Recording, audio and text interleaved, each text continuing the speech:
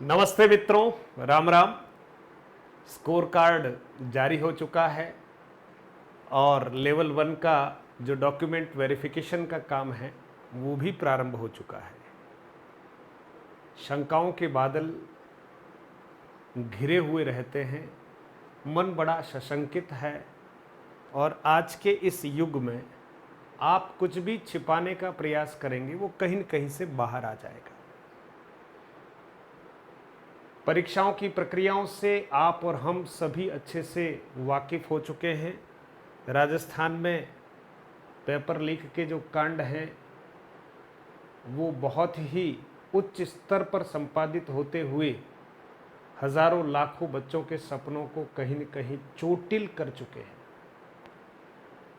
भर्तियां समय पर हों, सारी प्रक्रियाएं सही हों और जो ईमानदार विद्यार्थी हैं उनका चयन हो, ये बड़ा कहीं न कहीं मुश्किल सा दिखाई देता है। अब पेपर जब लीक होता है तो ये नहीं है कि सारे ही बच्चे जो पेपर को खरीद चुके हैं वही होंगे, ऐसा नहीं है। हर भर्ती में बहुत ईमानदार बच्चे भी हैं, बहुत मेहनती बच्चे भी हैं, लेकिन कुछ ऐसे लोग भी हैं जिन्होंने अपनी सांठ-गांठ से पैसों के बल पर बैकडोर एंट्री लेने का प्रयास किया है और ऐसे लोग हर भर्ती में कहीं न कहीं कुछ स्थितियों में कुछ हद तक सफल होते रहे हैं और ये प्रूव भी हो रहा है। वर्तमान में ये प्रूव हो रहा है। कुछ बच्चों ने मार्कशीट मुझे भेजी और कुछ मार्कशीट्स बड़ी वायरल हो रही है स्कोर कार्ड जारी होने के बाद। ये 2 मार्कशीट्स यहाँ पर आपको दिखाई दे रही होगी। ये मार्कशीट्स दिखाती है कि कहीं न कहीं तो कोई संदेह है अगर ये मार्कशीट्स बिल्कुल ओके हैं तो।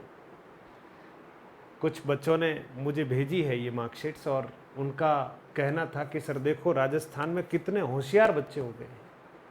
300 में से आप देखिए, ये हिंदी की मार्कशीट्स हैं, अपन थोड़ी चर्चा कर लेते हैं और इन मार्कशीट्स की पहचान मैं उजागर नहीं करना चाहता क्योंकि किसी की निजता को खंडित करना उद्देश्य नहीं है। लेकिन यहाँ पर आप देखेंगे कि ये जो मार्कशीट्स हैं ये कहीं न कहीं इशारा करती है। सबसे पहले तो मैं आपको बता दूं कि 300 अंक थे, ठीक है, पूर्णांक था 300 अंकों का और 150 प्रश्न आए थे। इन 150 प्रश्न में से हिंदी विषय में 7 प्रश्न तो डिलीट हो गए।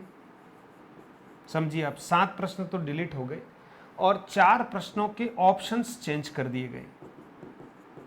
यानी सीधे सीधे कहीं न कहीं आप देखें तो 11 प्रश्नों का कहीं न कहीं लोचा है और इन 11 प्रश्नों के लोचे के बाद भी 300 अंकों में से ये जो एक मार्कशीट्स आप देख रहे हैं इसमें अंक लिख रखे हैं 280.8947।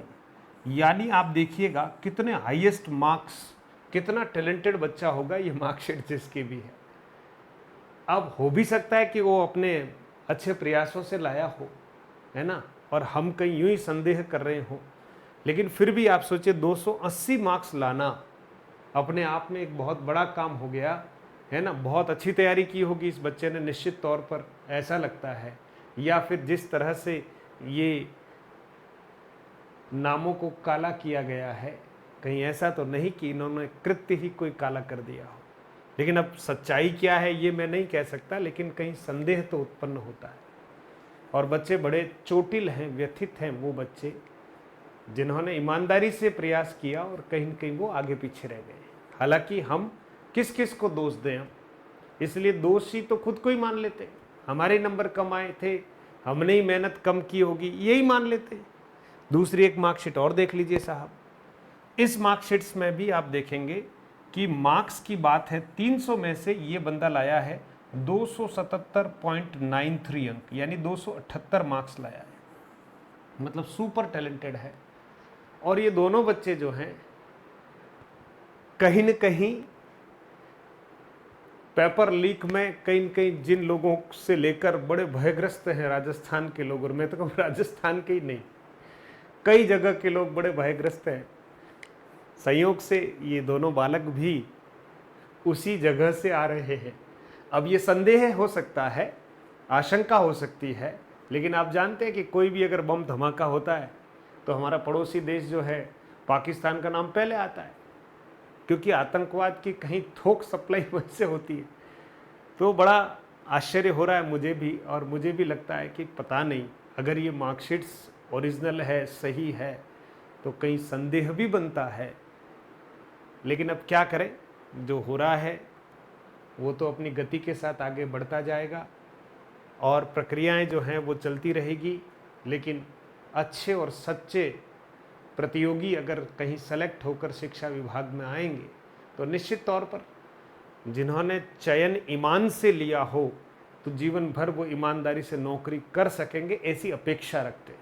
लेकिन जिन्होंने चयन ही कहीं न कहीं उसमें भी बहुत बड़ा बेईमानी का सहारा लिया हो तो फिर वो विभाग में आकर क्या करेंगे, आप ये मान सकते हैं।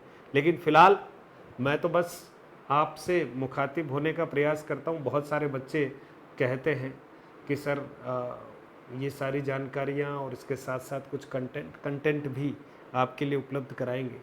आपसे मिलने का सदैव कोई न कोई ज़रिया रहता है, तो आज मुझे लगा कि इस पर थोड़ा सा छात्र हित का कोई बात हो और मैं न कहूँ तो मुझे नींद नहीं आती है ना। बाकी लोग पता नहीं आगे पीछे हो जाएं तो उनकी इच्छा है। मुझे लगता है कि जो सच है वो कहीं न कहीं सामने आते रहना चाहिए। तो जिन विद्यार्थियों का चयन हो चुका है उनसे कोई दुश्मनी नहीं है, उनको बधाई देता हूँ।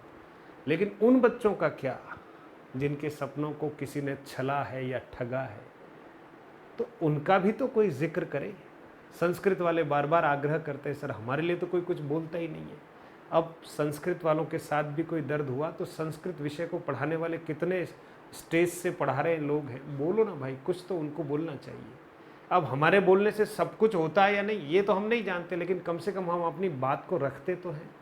इसलिए हिंदी के जो विद्यार्थी हैं वो कुछ ठगे से महसूस कर रहे होंगे, लेकिन याचिका आपने दायर की है, उस याचिका के ऊपर हाई कोर्ट ने अपनी ओर से बात कह दी है, जवाब मांगा है, जवाब आएगा, आगे की तरफ सुनवाई होगी और क्या होगा वो भविष्य के गर्त में है। लेकिन फिर भी सच्चा और अच्छा हो, है ना। जल्दबाजी में जितना हो वो पता नहीं, लेकिन सच्चा और अच्छा हो यही अपेक्षा है। तो बहुत बहुत धन्यवाद। मिलते हैं किसी और मुद्दे के साथ, किसी और अच्छी चर्चा के साथ, कुछ अच्छी बातों के साथ। लेकिन फ़िलहाल ये बड़ा आश्चर्यजनक है। धन्यवाद।